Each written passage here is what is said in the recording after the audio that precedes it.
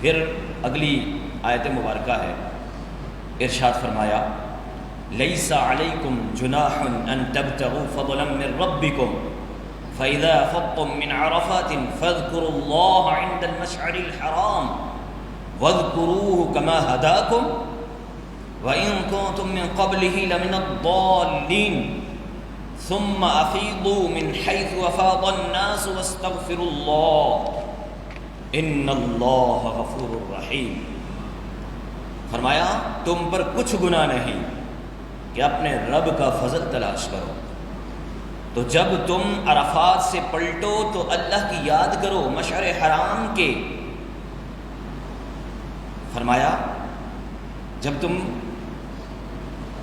عرفات سے پلٹو تو اللہ کی یاد کرو مشعر حرام کے پاس اور اس کا ذکر کرو جیسے اس نے تمہیں ہدایت فرمائی، اور بے شک اس سے پہلے تم بھٹکے ہوئے تھے۔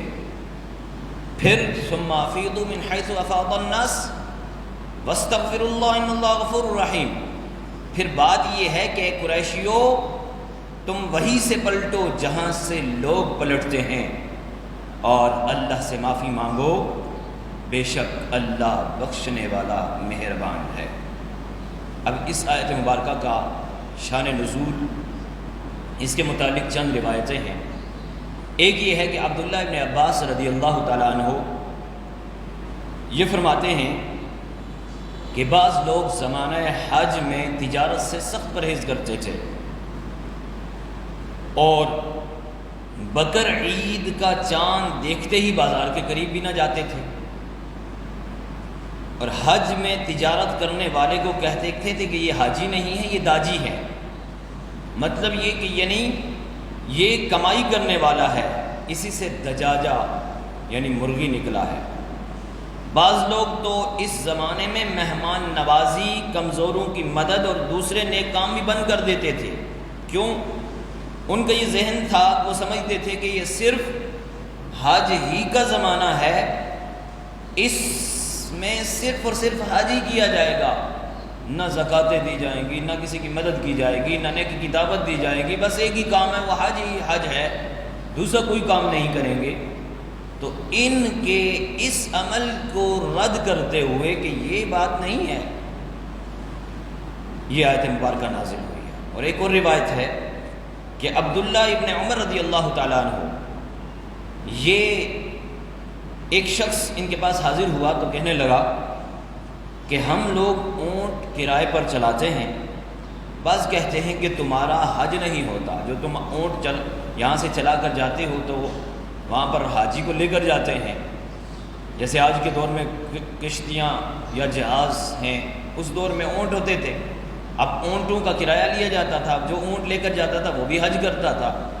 تو اب ان کو تانے دیے جاتے تھے کہ تمہارا حج تو ہے نہیں، تم اپنے کاروبار کے لیے آئے ہو۔ تو کہا کہ تمہارا حج نہیں ہے تو کیا یہ سچ ہے حضور، آپ فرمائیے۔ تو آپ نے فرمایا کہ حضور صبر کون مکان صلی اللہ علیہ وسلم کی خدمت میں بھی اسی طرح ایک شخص حاضر ہوا تھا اور اس نے بھی اسی طرح کا سوال کیا تھا، تو جب یہ سوال کیا تھا تو رب ذوالجلال نے آیت مبارکہ کو نازل فرما دیا تھا جو آیت ابھی تلاوت کی ہے۔ لہٰذا حج میں تجارت، حج میں مزدوری، حج میں کرایہ لینا، حج میں کاروبار کرنا، یہ سب چیزیں جائز ہیں۔ اس کو ناجائز کہنا، یہ ناجائز کہنے والا یہ جری ہے، یوں سمجھ لیں کہ یہ شریعت پر افطرا باندھ رہا ہے، اور بعض صورتوں میں تو یہ گناہ گار بھی ہو رہا ہے۔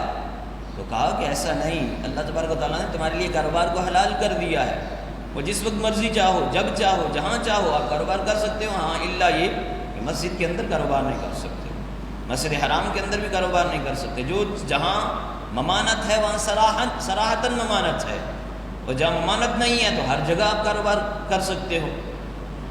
پھر فرمایا عرب میں عکاظ اور اس طرح ذوال مجاز بڑے بڑے بازار تھے جہاں حج کے موسم میں بڑے بڑے کاروبار ہوتے تھے، اس پر ان کا گزر اوقات بھی ہوتا تھا۔ اور جب اسلام دنیا میں تشریف لایا اور لوگوں کے دلوں میں تقویٰ کا جذبہ پیدا ہوا تو تب انہوں نے حج میں وہ جو تجارت تھی اس کو گناہ سمجھا اور حضور صلی اللہ علیہ وسلم سے دریافت کیا، تو اس پر یہ آیت کریمہ نازل ہوئی، جسے تفسیر کبیر، تفسیر روح المعانی اور بخاری ان میں یہ تفصیل کے ساتھ درج ہے۔ مگر ان تینوں روایتوں میں کچھ بھی اختلاف نہیں۔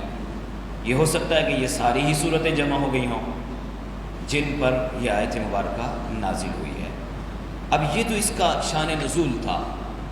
اس آیت مبارکہ کا خلاصہ کچھ اس طرح ہے کہ یہ حاجیو، تم یہ نہ سمجھنا کہ عورت کی صحبت اسی طرح جنگ و جدال کی طرح حج میں تجارت بھی منع ہے۔ جیسے حج میں عورت کی صحبت منع ہے، جنگ و جدال کرنا منع ہے، تو فرمایا اے حاجیو یہ نہ تصور کرنا کہ جس طرح وہ چیزیں منع ہیں اس طرح تم نے تجارت بھی منع کر دی ہے۔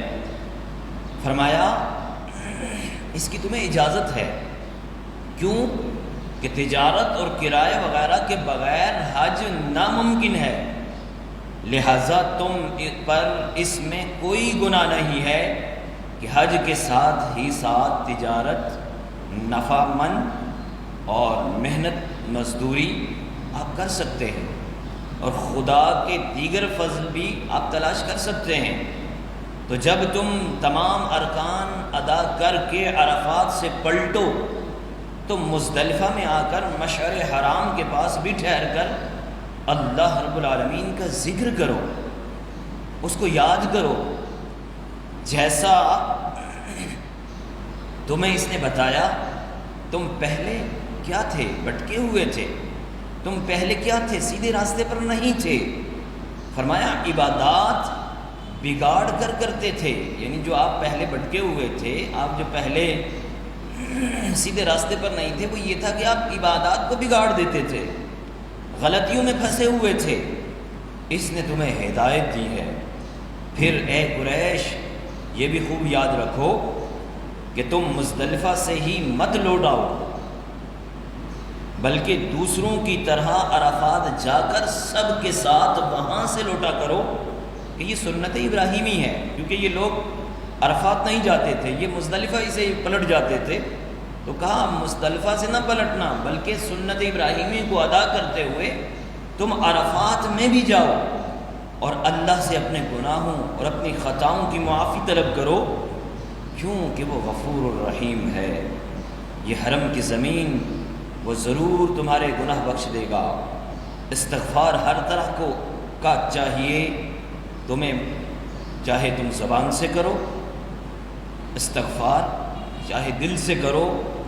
یہ ہمارے جد امجد کی سنت ہے کہ آپ نے دنیا میں آ کر پہلی عبادت یہی کی ہے، جنانی استغفار، یعنی ندامت اور شرمندگی، اور آئندہ گناہ نہ کرنے کا عزم مصمم بھی کرو، اور ارکانی استغفار بھی کرو۔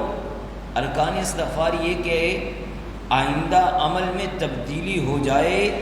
حاجی کو چاہیے کہ وہ اپنے حج کو یادگار میں کوئی گناہ چھوڑ دے کہ کبھی وہ گناہ نہ کرے، یعنی مطلب یہ کہ حاجی اس طرح توبہ کرے کہ اس کا عزم مصمم ہو کہ آئندہ یہ گناہ نہیں کرنا، اور اس طرح توبہ کرے کہ آج کے بعد میں ایسا کام کہ جو اللہ کی نافرمانی والا کام ہوگا اس کے قریب تک بھی نہیں جاؤں گا۔